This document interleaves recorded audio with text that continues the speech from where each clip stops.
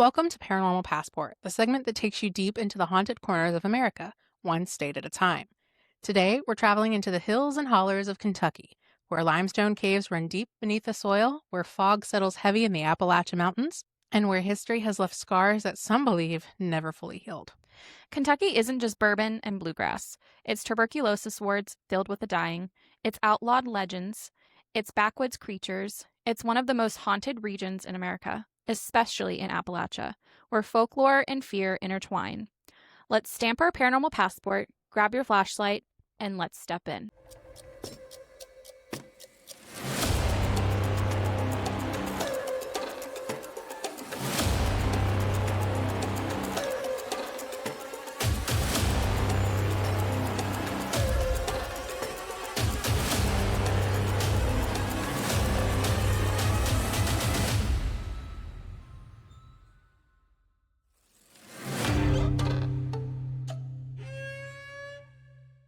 Hi, hello! Hello. Welcome back. Welcome if you're new. Yes. I'm Denisha. I am Ashley. And this is The Afterlife Hotline. Woo! The fact that we said that and did that at the same time. Oh, did you? Yeah. My eyes were closed. Kudos to us. Yay. Woo! So yes, we are talking about all things spooky in Kentucky today. Per request of my father, so he better listen to this episode because this is because of him. Our first stop today is going to be Waverly Hills Sanatorium. Built in 1910 and expanded in 1926, Waverly Hills was constructed during one of the deadliest tuberculosis outbreaks in American history. At the time, TB, often called the White Plague, was incurable. The only treatment, and said with quotes, was isolation, fresh air, and experimental procedures. Typical. Of course. And any of these that we go on about, it's always some kind of experimental bullshit. Yep, always. At its height, the facility housed more than 400 patients at once. There's a long-standing claim that over 60,000 people died there. However, historians and official records suggest that number is likely exaggerated. More realistic estimates put the death toll in the thousands, which is still devastating, but not quite often as quoted as the 60,000. The exaggeration itself has become a big part of the legend. One of the most disturbing features of the hospital was the death tunnel, also called the body chute. The 500-foot tunnel was used to discreetly transport bodies down the hillside so that other patients wouldn't see the dead being removed. Today, visitors and paranormal investigators report full-bodied apparitions on the 4th and 5th floors, disembodied coughing, eerily fitting for a TB hospital, shadowy figures pacing the halls, sudden drops in temperature, electronic voice phenomena, also known as EVPs, capturing whispers and names. One of the most famous spirits is Timmy, reportedly a young boy whose spirit interacts with visitors by rolling balls back towards them. Another legend involves a nurse in room 502 who allegedly died by suicide, though the historical evidence for that story remains debated. Paranormal teams have recorded unexplained knocks, door slams, and even what sounds like a gurney rolling down empty hallways. Whether residual energy from mass suffering can imprint onto a structure is debated, but Waverly remains one of the most investigated paranormal sites in the United States. I'll pop in pictures too, so that way you guys can see as well. But as I was doing research, it's freaky. This is one of the places that Two Girls, One Ghost want to go and investigate. I also want to go to Waverly. Yeah, same. Oh my gosh. I want to go to all of them. I'm not going to lie. I would love to do an asylum and sanatorium tour across America. Oh my God. You need a good break after that. The Afterlife Hotline hits the road. Oh my gosh. Yeah, we'll just jump right into the sanatorium. Yeah, and all the insane asylums. But we can sing the Bob's Burgers whenever is it Linda, the wife? She's doing, it's the crematorium musical. Crematorium. Just sanatorium. It's our coping mechanism. Yeah. Dark humor is the way we just hear ourselves echoing down the hallways. Ashley. Denisha. I need more coffee. I'm an idiot. You're an idiot. Oh, man. Next, we head to Frankfort to Buffalo Trace Distillery. The land here has been used for distilling since the late 1700s. The current distillery dates back to the 1800s and survived prohibition by producing medicinal whiskey.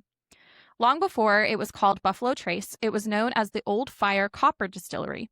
The property sits along the Kentucky River, land that saw Native American travel routes, early frontier settlements, and industrial growth. Employees have shared unusual stories over decades. A former distillery manager, Colonel Albert Blanton, is said to still walk the property. Staff claim to see a man in period clothing near the old mansion. Workers report hearing singing late at night in empty warehouses. Some describe tools moving or barrels shifting when no one is present. One story involves a worker who claims he heard a voice warning him moments before a structural collapse, possibly saving lives. There are also reports of bourbon ghosts lingering in aging warehouses where temperature fluctuations and creaking wood can easily play tricks on the mind. But Appalachia has a strong tradition of respecting land and legacy. Many workers don't describe these occurrences as frightening, more like the past simply refusing to leave. But I always feel like it's the outsiders that are kind of like mess around with the type of stuff, because I feel like if you grew up in Appalachia, you just know not to mess with any of that not stuff. to mess with it. Yeah. Well, and I feel like it's that, and then skeptics that don't usually go to those places because, like, we might not be there from there, but we would know to come at anything with respect. Yeah, for sure. Instead of trying to instigate and pick a fight with something, you don't want to do that. Yeah. No, that's when bad things happen. Mm-hmm. So the next place we're going to stop at is Old Talbott Tavern in Bardstown. Bardstown has one of the eldest stagecoaches stops in America, Old Talbot. Built in 1779, the tavern hosted travelers heading west. Notable historic figures are said to have stayed there, including Andrew Jackson and Daniel Boone. But the most famous association is outlaw Jesse James. No, I'm just kidding. Legend claims that Jesse James once stayed at the tavern and fired his pistol at a mirror after seeing something he believed to be a ghost. Some say the bullet holes are still visible in the upstairs murals. Guests have also reported footsteps pacing the hallways late at night, apparitions of a woman in white. It is always a woman in white. Faucets turning on by themselves, luggage moved or even unpacked, and the sound of child's laughter in empty rooms. Staff members have described glasses sliding across the bar and doors locking themselves. Unlike Waverly's tragic medical history, the Talbots' haunting feels more layered. It's like a patchwork of travelers, outlaws, and soldiers and settlers all combined into one. Oh, why? I just really wanted to. Oh, okay. That scared me. Kentucky spooky tales don't just stop at ghosts. The hills and hollows are home to cryptid legends that blur the line between folklore and fear. Ooh. Near a railroad, trestled above Pope Lick Creek, lurks Kentucky's most infamous legend, the Pope Lick Monster.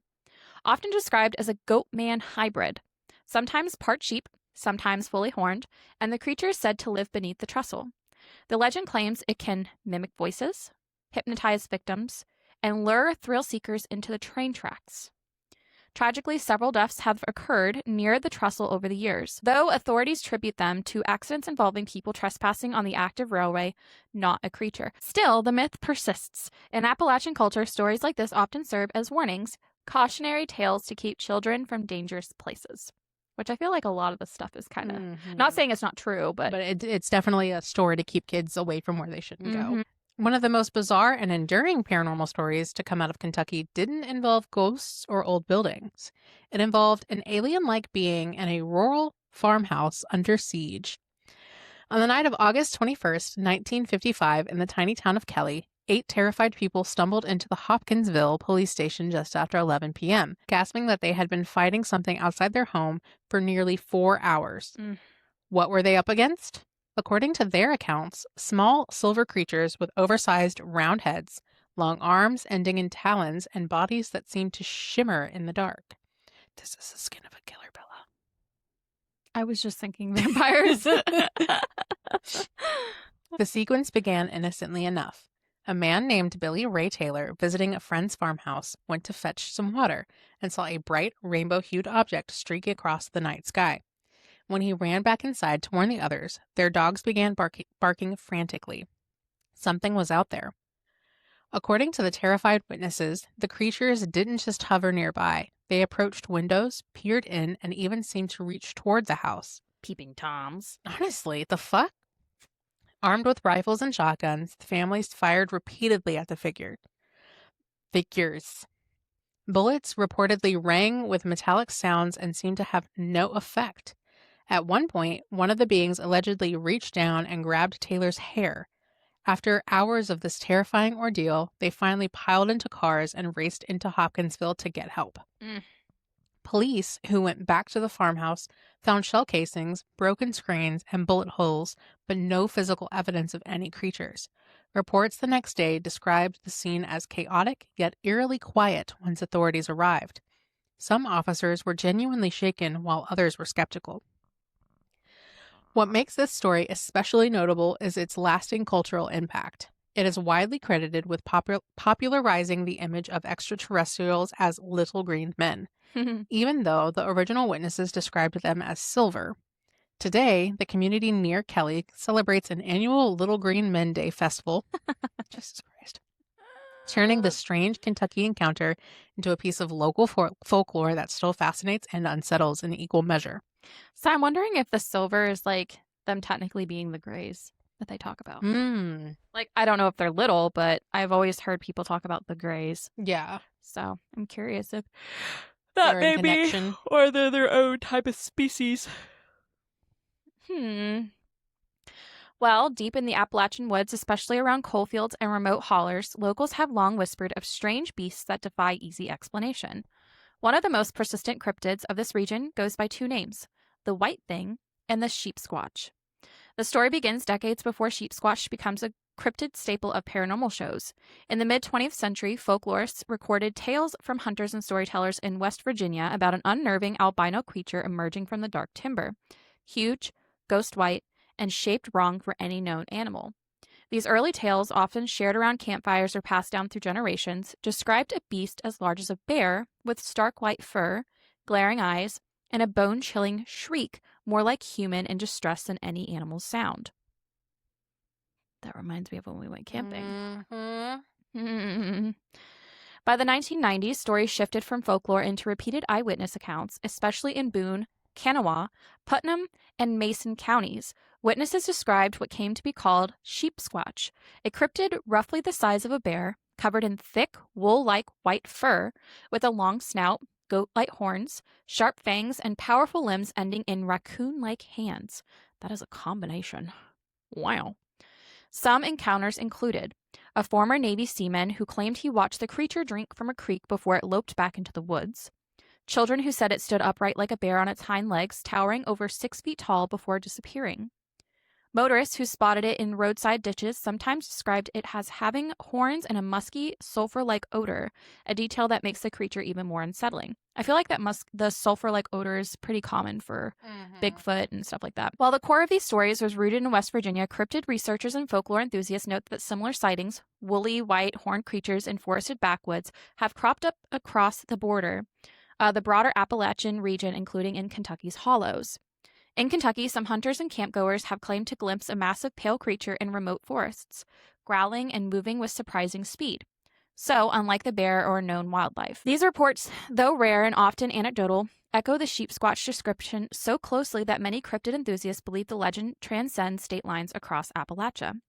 Folklore sees Sheepsquatch and the White Thing as part of a wider Appalachian tradition of strange beasts, stories that may speak to the wildness of the landscape, the isolation of the coalfield communities, and humans' age-old urge to name what they can't quite explain. Whether it's misidentified wildlife, a lingering folktale, or something more mysterious, the Sheepsquatch legend remains one of Appalachia's most haunting cryptid stories, and its presence in Kentucky folklore only deepens the mystery. And last but not least, while Ohio has the more famous Loveland Frogman, Kentucky has its own frog-like humanoid reports. Witnesses have described a 3 to 4 foot tall amphibian-like creature with bulging eyes, leathery or slimy skin, and sudden appearances near water. Unlike the Hopkinsville case, these reports are scattered and less documented, living mostly in regional lore and storytelling traditions. That's a big frog. Just imagine the ribbits out of that motherfucker. Jesus Christ. So we do have 2 stories that kind of go along with what we talked about. And yeah, they're just 2 little Reddit stories. So this one is from Mystic1111, and it was about 10 years ago. Waverly Hills Sanatorium, I've been twice. The first time was with Darkness Radio podcast group. So there was about 100 people broken up into 4 groups, about 25 per floor. This was the second night. The first night was very calm and not much happened for anyone. The second night was much more interesting. I saw an orb in the front open hallway on the second floor. It was about the size of a tennis ball, and it was about 30 feet away. It created its own light, and it moved in an 8-foot circle. It left a trail of light as it moved. I saw it for about 5 seconds before it just winked out. How? I don't know.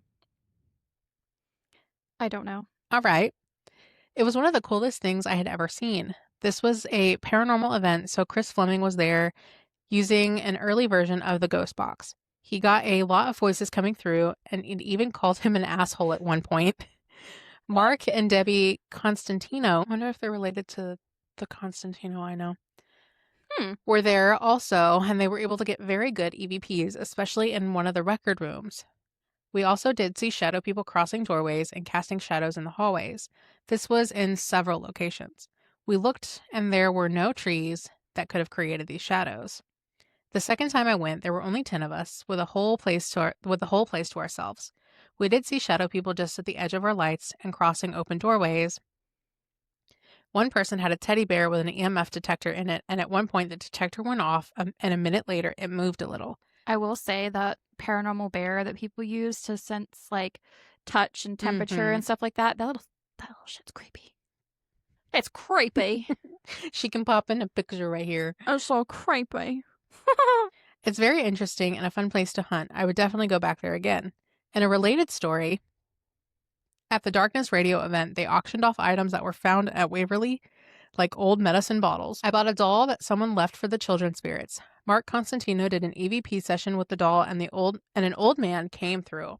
The only thing I remember is that he didn't like cantaloupe.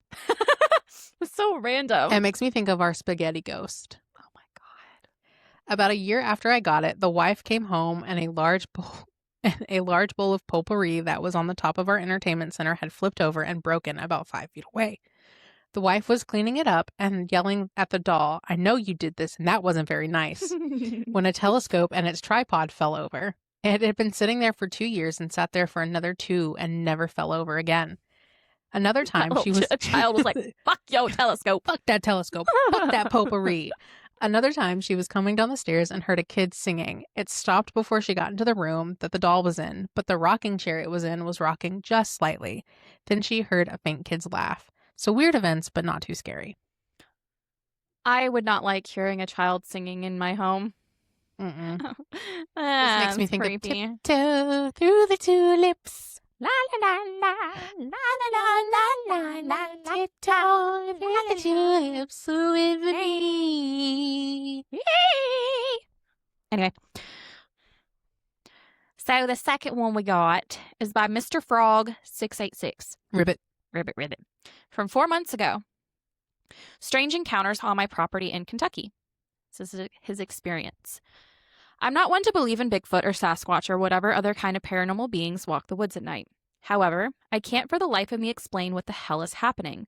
So I thought this sub might be of help. I can't really turn to anyone else because they would just label me as insane or some kind of drug addict. Oh. For context, I bought this piece of property in Kentucky just about a year ago, now in early November. It's located miles away from any kind of civilization, and it's quite beautiful, especially now during the fall months. However, things got a little weird around here just a few months after I moved in. One night, I was sitting on the back porch late at night, I think it was around midnight, listening to the night when suddenly I heard branches breaking and leaves cracking as if someone was walking around the dense woods that line the back of the house. I just thought it was a deer at first, but whatever it was sounded like it was on 2 feet instead of 4. The more I listened, the more I started getting uneasy, so I got up and grabbed a nearby flashlight and started shining it into the blackness. Nothing. But I still yet could hear the movement within the woodline. I thought about walking off the porch and a little closer to get a better view, but for some reason I got a feeling I've never felt before. It wasn't far, but more of a deep gut feeling like I definitely shouldn't go. So I decided to just go back inside and lock my doors and windows for the night. You're a brave soul if you're trying to walk in the woods and not know what's in there. I never heard anything else, but a few weeks later, I was doing something in the shed that sits next to the house, and I heard something hit the tin roof. It sounded like a rock or a small pebble. So I walked outside and looked around, and there was a small rock like one you would find near a creek bank laying near the shed. It must have bounced off the roof when it hit. I couldn't for the life of me figure out what was going on, as I'm miles and miles away from any other person, and the only way someone could even get to me was by car. I still don't know what's going on, but the latest incident has really freaked me out. It was just a few days ago. I like to go hunting during the colder months, and I was out looking for signs of deers or coyotes when I found a deer carcass, only it wasn't killed by a bear or a pack of coyotes. It was mangled and ripped apart, and trails scattered across the forest floor, and even in a few of the trees around it. I've never seen anything like that, and I've been a hunter since the age of 15. I took a closer look, and the only way something could do that is if it had two hands. I still don't know what's going on, but I'm hopeful someone can give me some answers. This person obviously does not believe in punctuation. I'm out of breath. People were saying that it could have been like raccoons and bobcats, like pulling it up into the trees and stuff like that, which, like, I mean, yeah, I guess so. But also, how would you explain the sounds of something walk? Because if you really listen to something walking in the woods and crunching on leaves and branches, you can tell if something's walking on four legs. Yeah, or two. Like, there's a very distinct sound. I don't Interesting. I don't know. From decaying hospitals echoing with unforeseen footsteps to century-old taverns where the past refuses to check out, from bourbon barrels that seem to whisper at night to creatures whispered about in the darkest of woods, Kentucky's paranormal world is rich and layered in history. Whether you believe in ghosts, cryptids, or unexplained phenomena, or just love a good tale told by the fire, Kentucky offers chills that stretch from Appalachian forests to bourbon country. If you guys are anywhere in the Appalachian region, we would love to hear some stories. Absolutely. Because I know some spooky shit happens around there. You can either email us at the Afterlife Hotline at gmail.com, or you can DM us, comment on this video, whatever tickles your fancy. Yeah, follow, like, subscribe, share if you feel compelled to do so to your family and friends. And enemies. And enemies, whatever works. Trying to grow the spooky fam. We're at all of these socials right here. If you want to follow us and follow along. Keep one foot in the living world and 1 year on the line. Bye.